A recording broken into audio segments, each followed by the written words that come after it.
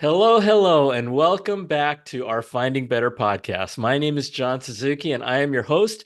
And this is a place where you can come to learn about other people's experiences and wisdom in what they've done in their lives to find better. So maybe you can use some of those lessons that they learned and apply them to your own life. It's a very, very cool place, and I have an amazingly cool person joining me today, and I couldn't be happier. We are going to talk about my favorite subject. And the topic is love. We're going to talk about love. Now, don't hang up. Um, we're going to have a fun conversation. And you know what? This is one of those conversations that folks just don't have enough of. And so I want to introduce you to Kim Sorrelle. Kim, welcome to Finding Better. Thank you for joining us. Thank you, my friend. Thank you for having me. Okay, so if you're on our YouTube channel, you can see in Kim's background a book. And she wrote a book called Love Is. And we're going to talk about that. We're going to talk about that. So Kim, what does love mean to you?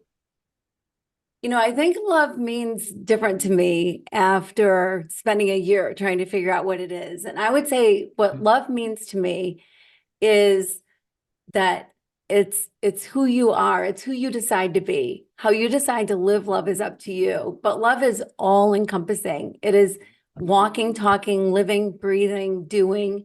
It is who you are. It is your essence. Love is who you are. I love it. I love it. And you said that you went on a journey. You went on a journey to find love. Now, that's really interesting because 99.9999 infinite numbers of nines of people will say, I know what love is. What is the big deal? So what was it? What happened? What happened? And how did you find yourself on this journey? Well, it's kind of an interesting thing. I was Uh-huh. diagnosed with cancer, and 4 months later, my husband was diagnosed with pancreatic cancer, and Oh, he passed away 6 weeks after that. And I still had to get through my cancer stuff, and I'm here to talk about it. So obviously, I'm doing great. But I lost my husband, my love, my man, oh, my partner. And I wasn't sure what life was going to bring, but I knew that I had to honor this man every way that I could because he was a great husband, just a great dad, a great person. oh, I'm And so so, sorry. yeah, well, thank you. Thank you. It's been a while. It's been 15 Mhm. years. So, and you get to pick how you want to live, right? And I choose to live with joy and not wallow in what could be, but celebrate what is. And Yeah. so, but I wanted to make sure I was doing life right. And I look at the word love, and I think you're right. People have an answer, but I think if you put 15 people in a room, you probably get 15 different You're answers to what absolutely is right. love. Yeah, And so it's this age-old question that doesn't seem to be answered. And I thought, well, might as well be me that figures out what love is. And so I that's why love I that. decided to do it. I love that. And it is so true. It is so true. I was on an interview with NBC in Seattle one day. And they asked me, and it was about my book called American Grit. And they asked me Great at the book, end of by the the way, great book. Everybody should Oh, buy this book. It's a great book. thank you. Thank you. And they asked me, what do you want to come of this? And I told them, I said, you know what? I said, we're in a world now where we're being divided. I call it the bucketizing of the world, where we have the whites buckets, the blacks buckets, the Christian buckets, the Muslim buckets, the gay buckets, the straight, every bucket you can think of. And we're being categorized into these buckets. And I said, and you know, we have to stop putting ourselves into these buckets and assuming that we know people or we know how to treat people based on whatever bucket they happen to be put in, and just bring a little more love into the world. Just bring a little more love into the world. And I love what you just said about how love means something different for different people. And so you went to Haiti. So I so did. tell us a little bit about that part of your journey. Well, I've been in the nonprofit world for a lot of years. I'm Mhm. an entrepreneur, but I've done both for profit and not for profit. And when I was able to go physically able to go back to work. I wasn't sure if I was going to go back into my businesses that I had somebody running and things were going Hmm. smooth, or if I was going to jump back into the nonprofit world. And so I decided I was going to take it slow. And I started as part-time bookkeeper for an organization that did a lot of work in Haiti. And it was January 1 of that year. And 12 days later, there was an earthquake in Haiti that killed over Oh, 200,000 people. oh, yeah, I remember that. Yeah. So Yeah. within 2 weeks, I was boots on the ground. And Oh my gosh. I was in Haiti a lot. And so that's where I decided to take this love journey. Wow. So, wow.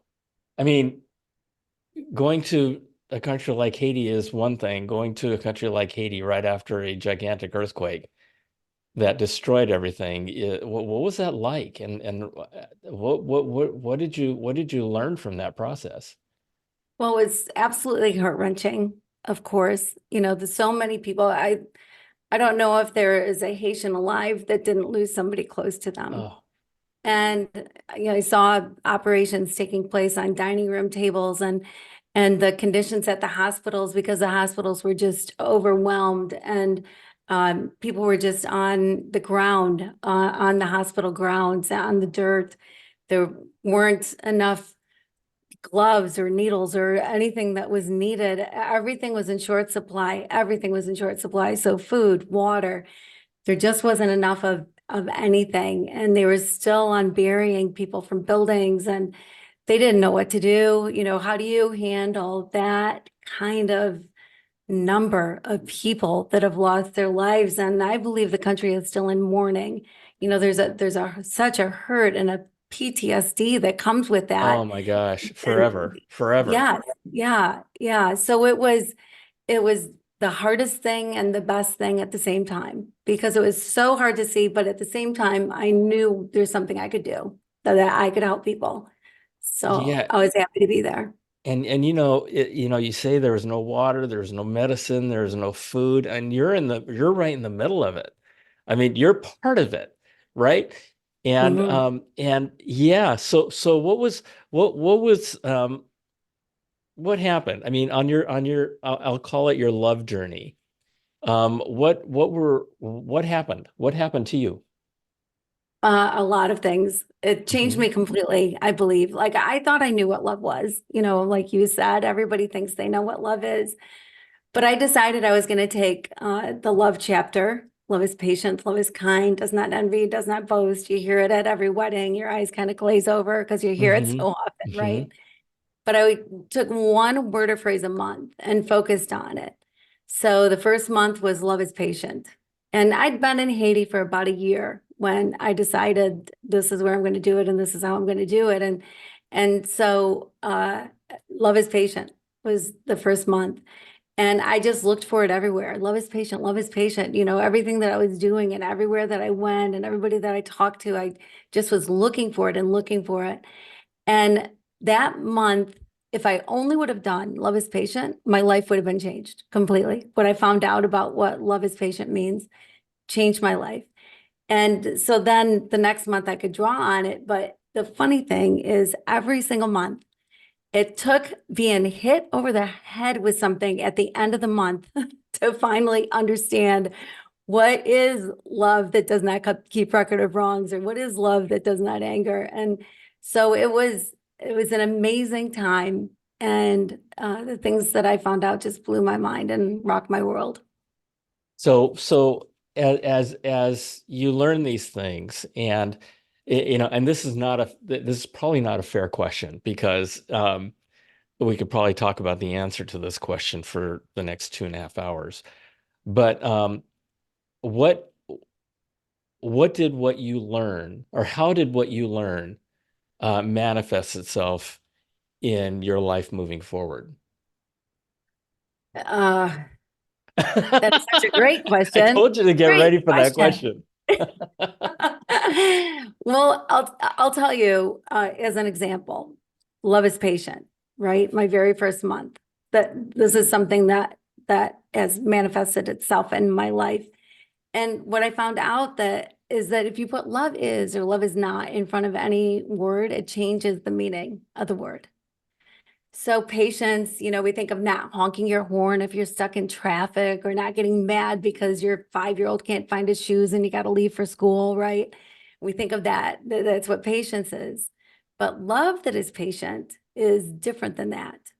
Love that is patient recognizes that this moment right here, right now, is the most important moment of your life. What's in the past is in the past, and what's in the future is yet to come. This is the most important moment. And so, in recognizing that, you listen a different way and you pay attention to No what's being kidding. said with the person that you're with, right? And I'll tell you, John, I stunk at this. Like, I thought I could be in conversation, be fully engaged while I was thinking about who had a soccer game, what I was going to make for Right, dinner, what right, business meeting right. I had later, right? And I figured out that's impossible. It's impossible. So if I want to show love, if I want to be love to the person that I'm with, whoever it is, a person at the grocery store, your best friend, your spouse, that I need to be fully present and fully there. And when I did this, which took a lot of practice, by the way, this was not a I'll overnight, bet all of it a did. sudden I Yeah. can do I this. can't even Yeah, imagine. Yeah. right. But when I did this, my world changed because I heard things I never would have heard. So you were talking about buckets. I kind of call them labels, right? The labels that we put on. Sure, And sure. love, there are no labels. There are no buckets. We're all in one big bucket. Right, We're right. all together. Exactly, Right. Yeah. exactly, Yeah. exactly. And so I then when I listened, truly listened, I heard things differently. And so I responded differently. And I learned that I listened a whole lot more than I talked. No kidding. And how important is that with kids? How Mhm. important is that at work? How is that? I mean, how important is that in life? And I love what you just said is that we are all in one big bucket. And my whole thing of separating people in separate buckets. Yeah, we are one big bucket. And that's one of my great missions in life is to bring us all back together. But I wanted to share an experience that I had. When my son was in high school, which was many, many years ago, they were having a science fair. And there was this one young woman who was a friend of my son's. And they're all standing in front of their science projects. And I walked up to her, and you know what? And I never forgot this. She was speaking to somebody. Now, she knows who I am, right? And so I walked up to her. She did not turn her eyes off of the person she was talking to for a second. She didn't turn and do this or nothing, right? I mean, her presence with the person she was talking to was so clear. And I was like, wow, this woman is only 16 years old and she's got that presence. And so when I was able to talk to her, she did the exact same thing with me. And her eyes did not wander. I mean, it was just her and me um, having this conversation. And this little 16-year-old woman made me feel really good. It made me feel like she was present and she was listening to me, which she was. That is really amazing. That is really amazing. Because we're always thinking, and all of us are so proud of being multitaskers and how good we are at multitasking. Right.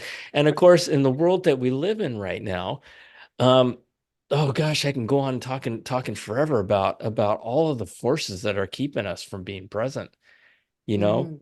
And Mhm. wow, what a wonderful lesson. What a wonderful lesson. So if we can find ourselves, do you talk about this in your book? I do. You Yes. do? Yeah. You do? Yeah. There was another book. I think I forget who it was written by. I want to say Jack Canfield, but I don't remember. It was called The Precious Present. Mm. And the whole story revolved around what is this precious present? I mean, what is it? And it was all about the precious present being the precious present, the precious now.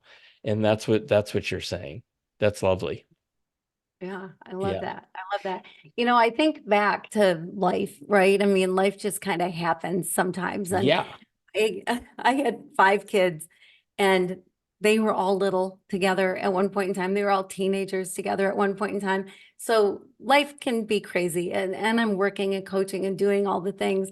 And I think about when they're little. And I had my one son, Luke, who now works for NASA. He's a pretty smart kid. But Wow. 3 years old, 4 years old at the time, he would poke my arm and poke my arm. I think I went around with a permanent bruise on my arm for years because he would just poke mom, mom, mom, Uh-huh. mom, mom. If I was on the phone, if I was whatever. And I look back and I think, man, stirring the beans or whatever it was that I was doing that was occupying my moment that I thought was so important. Here'd be Luke, mom, mom, mom. And if I would have just stopped just for a few seconds even, and looked him in the eye and said, Luke, what do you want? He probably would have said, this truck is red, and ran away. I think so often we think, oh my gosh, if I start talking to them, it's going to be this long conversation and I can't be interrupted. Well, people should never be an interruption. Your kids are not an interruption. That's People are right. the most Right. important thing in the world. The beans can burn. People, you don't want to burn people. That's right. That's right. People, especially kids, but people are not an interruption. Mhm. I love that. I love that. You know, it is so hard. I'll tell you something that just came to my mind. I had a conversation one day with a friend of mine who was a retired rear admiral of the Navy, and he was part of Top Gun. And he asked me, he says, John, who do you think wins dogfights? The young kids or us old dogs? And I said, you old dogs. And he says, why do you think that? I said, because of your experience. And he says, I'll tell you something, John. Of all of the dogfights I've had in the last 10 years back then, I haven't won a single one. I said, what? He says, yep. He says, you want to know why? I said, why? He says, because of video games. I said, video games. He says, yeah, these kids growing up today, and this was 15, 20 years ago. The kids growing up these days, their brains are wired differently. And the video games trains their brains to track multiple targets and do multiple things at the same time. Us Mhm. old guys can only do one thing at a time. And it's true. You watch these kids play these video games and they can track multiple things going on. Well, it's also rewiring their brain to multitask, right? Which is contrary to what you and I are talking about. You don't want to multitask people, right? And Right. yet at the same time, in the old days, which I'm part of, this thing is called a phone. It's called an iPhone, but it's not the phone function in it isn't even in the top 10 uses of an iPhone anymore, right? And Right. yeah, young folks can't stand having phone conversations because they have to do one thing at a time. They would rather be texting, right? And talking to multiple people at the same time. So so what you're saying, Kim, is so relevant to the world that people are not interruptions, Mhm. right? And so I wonder, yeah, I mean, you and I having this conversation and sharing this is a start, but I wonder how we get back to that. And you think of social media and you think of all the technologies that are throwing so many things, you know, um, at us. How do we get back to one thing at a time when it comes to people, Right. I think that's part of the trick is right? that when it comes to people, right? Instead of thinking, oh, I can only do one thing at a time, when these kids, you're absolutely right, are so used to watching reels and texting eight people and being involved in those eight conversations, or at least, peripherally knowing what's going on and all at the same time, doing so much at Yeah. the same time. But when you're face to face with somebody, life should be different. You can treat it differently. And I think this one move, if everybody just had this one mind shift, this one move, to be fully present with people, to be fully present with whoever it is you're with at that moment, to be fully engaged and fully there. Because another thing that we want, John, is we want to be loved and we want to be heard. Absolutely. Absolutely. So if we Including the could people just, you're talking to, the people you're with, right? We right, all want, right. yeah. Yeah, Oh my yeah. gosh. Yeah, You, so if you this know, one mind shift could happen, right? Like if we could teach kids, but adults at any age, this concept, this reality of love, the world would be a different place. what a gift. What a gift. I mean, and I can say that because you just gifted me. I think about my grandsons and I think about my kids and just everything, right? I mean, it's one of those things. Try it. You might like it. And if you like it, keep doing it. That's Right? But right. try it. And oh my gosh, that is so true. And it's and you think about loneliness. And I call it an epidemic of Mhm, loneliness, of people who just are lonely. And you hear stories, and I've read stories of people who have decided not to commit suicide because somebody paid attention to them. mhm, In a couple of cases, it was just somebody said good morning, and they realized they weren't invisible. And mhm, so the power of attention mhm, is mhm, amazing, amazing. mhm. Um, wow. So and I presume that your book is chock full of these things because we only talked about patient. All right. Well, I'll tell you the first thing that I figured out though is that thought I was going to do this in a year, but there are actually 14 is's and isn't of love in that poem, that 2,000-year-old poem. And so it took me a little bit longer than a year, but every single one of them was so impactful. So in the book, I tell the story of what was going on that I learned that concept of love, how I finally, like I said, got hit over the head with what is love that is kind? What is love that does not boast? What do those things mean? And so I tell the story and so it's a fun read. First of all, I think it's funny Uh-huh. because life can be funny and it's interesting because Haiti is interesting. But yes, every single month, month after month after month, I did not get left hanging. I didn't get, oh gosh, that one wasn't so good because every single one of them was so impactful, so important, so big. That is such that wow, what a gift. What a gift. Because we started off this conversation going, everybody knows what love is, right? Everybody knows what love is. And yet you went on this journey of over a year of trying to understand all of the different elements of what love is. And you really took it to heart. And that's another thing that I just did a keynote presentation at a software conference. And the title of my presentation was Hearts, Smarts, and Connection. Mhm. And my overriding for many, many years, even before I was retired, my overriding kind of value towards life was it's all about love. It's all about love. It's all about connection. And in our world, over the last 20 years, technology has risen so fast, partly because of this crazy little iPhone thing, that it is, I call it brain, science, data and science and all that kind of stuff, right? And I want to see, and I think, artificial intelligence may help bring us back into a renaissance of heart. Mhm. And and I want to be part of that. And I know you're a huge part of that. You're already part of that. But I think that there's a real opportunity here to make the world a little bit better than the day we landed on it.